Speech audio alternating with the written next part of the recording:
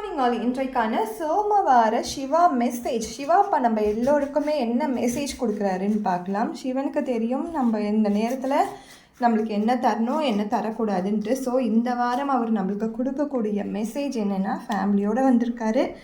Family emotional support அப்படின்னு சொல்லியிருக்காங்க. Your family required more emotional support then family financial. Spend time with your family.